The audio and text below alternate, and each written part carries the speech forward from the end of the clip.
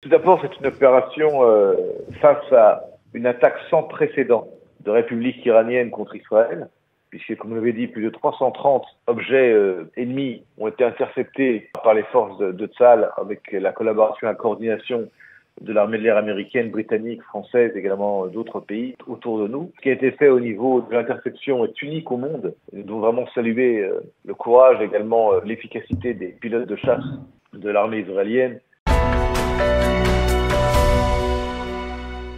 Nous avons le plaisir d'être en ligne avec le colonel Olivier Rafovitz, porte-parole de Tsahal pour les médias francophones. Olivier, bonjour, Boker Tov.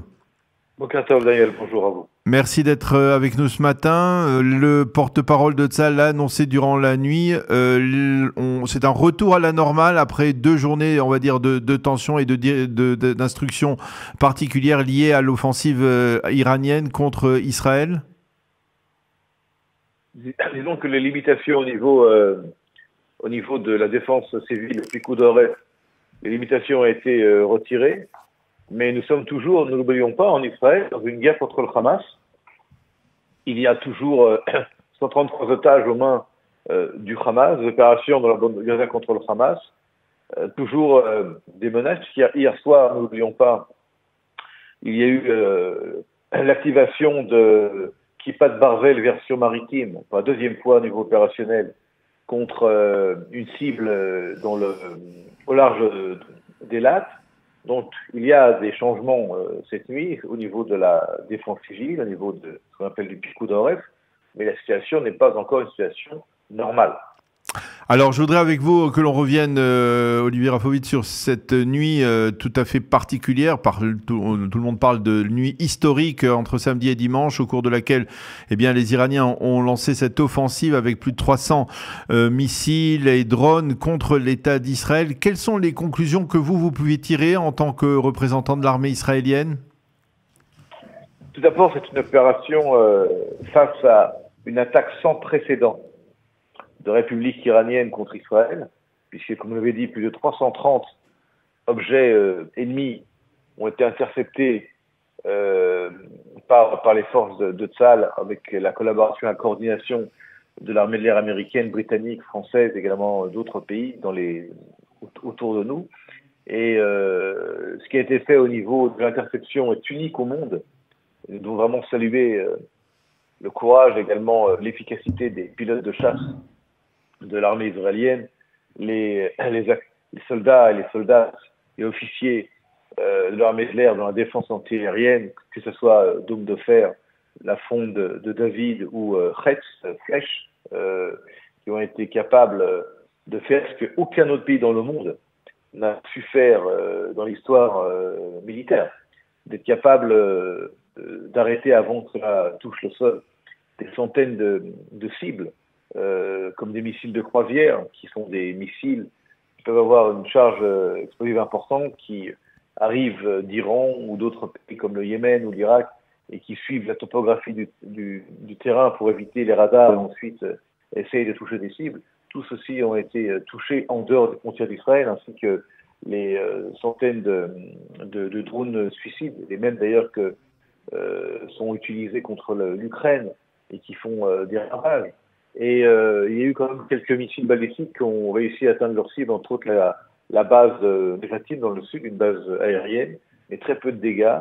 Et nos appareils de type, entre autres F-35, ont réussi et peuvent toujours évidemment atterrir et décoller sans aucun problème.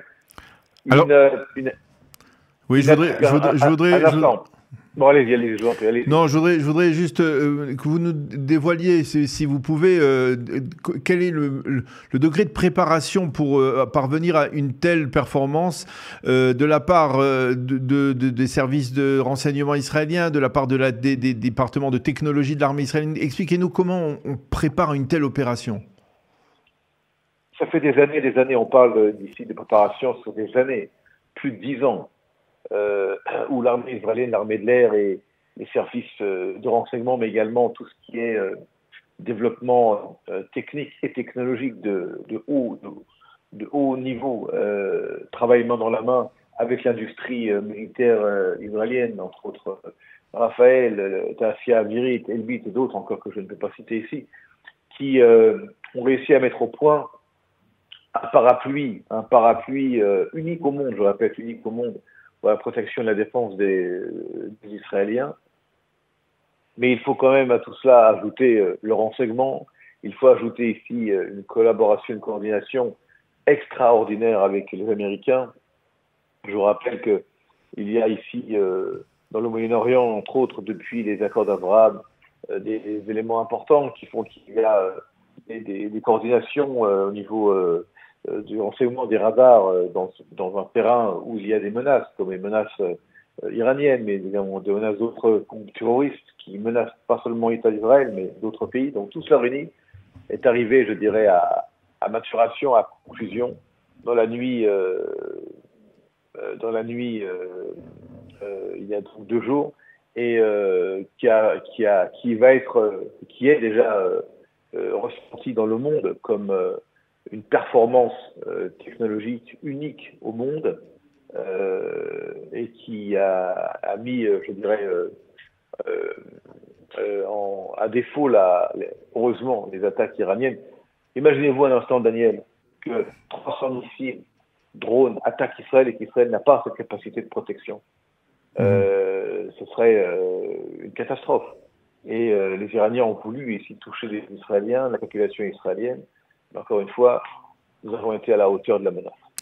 Alors, je voudrais, bien entendu, c'était le front essentiel, il se maintient toujours ce front, on parle d'une riposte israélienne. Je peux vous demander peut-être si vous pouvez répondre, quel type de riposte l'armée israélienne peut apporter à ce qui s'est passé dans la nuit de samedi à dimanche?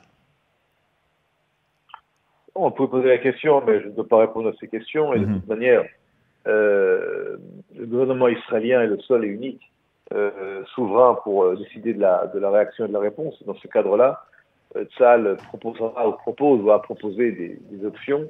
Et elles seront de toute manière vérifiées et décidées seulement par le gouvernement israélien.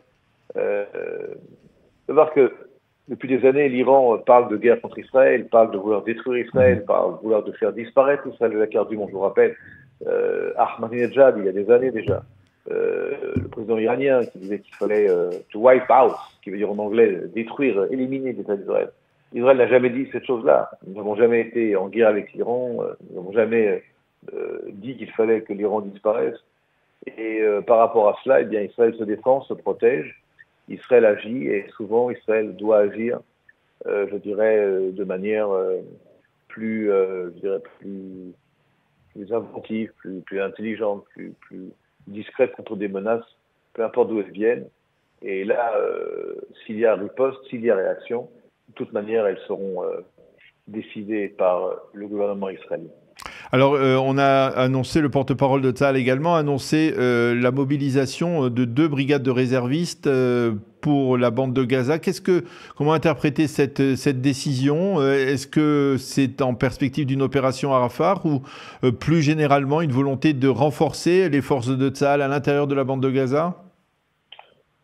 Tout d'abord, je me répète, la guerre n'est pas finie avec le Hamas. Parfois, elle change de mode opératoire. Parfois, il y a beaucoup de forces à l'intérieur de la bande de Gaza. Parfois, il y en a qui sont différemment déployées, comme on l'a vu avec le départ de la division Commando 98. Et puis ensuite, on a vu une opération très peu de jours après de la division 162 contre ce qu'on appelle les Machanot Amerkaz, les centres dans la région de Nuseirat, entre autres, où il y a aussi encore des bataillons du Hamas qui s'y trouvent. Donc, de mobiliser 2 brigades réservistes est également l'expression de la continuation des opérations de Tsahal contre le Hamas. Je dis bien contre le Hamas, et en aucun cas contre les Gazaouis et contre la bande de Gaza. D'ailleurs, en parallèle de cela, on n'en parle pas, mais l'aide humanitaire a extrêmement croît. Il y a un agrandissement sensible de l'aide humanitaire avec presque, je crois, 500 camions maintenant qui rentrent tous les jours dans la bande de Gaza, par entre autres l'entrée d'un nouveau point d'entrée de passage au nord de la bande de Gaza, en plus du sud. Alors, et en plus il y a bien entendu l'autre front, le front du Nord. Alors, il a été un petit peu estompé autour de l'opération iranienne contre Israël, mais il existe toujours ce front. Comment on peut apporter une solution à cette tension qui demeure entre le Hezbollah et Israël? La tension, demeure. Faut savoir que la nuit où les Iraniens ont attaqué Israël, il y a eu plus de 100 missiles, 100 roquettes qui ont été lancées par le Hezbollah du Liban vers Israël. Il y a eu des dégâts, entre autres à Katserin, sur le plateau du Golan. Et tant que 100 000 Israéliens ne pourront pas revenir chez eux tranquillement à la maison, ne pourront pas habiter dans leur maison, ne pourront pas cultiver leurs terres, ne pourront pas produire les œufs dans les poulaillers industriels qui se trouvent, entre autres à Avivim, à Dovev et autres, eh bien, la situation ne pourra pas être une situation normale ou de normalité. Et si le Hezbollah ne revient pas comme Israël le demande et comme l'ONU le demande, selon la résolution 1701 du Conseil de sécurité des Nations Unies, eh bien, d'autres options sont également sur la table. Encore une fois, vous posez une question essentielle. Il y a toujours en Israël aujourd'hui près de 300 000 Israéliens, un petit peu moins, 270 000 à peu près, qui ne peuvent pas rentrer chez eux normalement, habiter chez eux normalement. Et cette situation est intolérable, inacceptable. Une dernière question, Olivier. La force de dissuasion de Tsahal, on en a beaucoup parlé. Est-ce qu'après l'opération de la nuit de samedi à dimanche, on a le sentiment au sein de l'armée israélienne que cette force de dissuasion, qui avait été un peu affaiblie au moment du 7 octobre, eh bien, a été totalement restaurée? Vous savez, force de dissuasion, on veut dire être surtout dans une capacité offensive au cas où vous êtes attaqué. Là, on a été attaqué.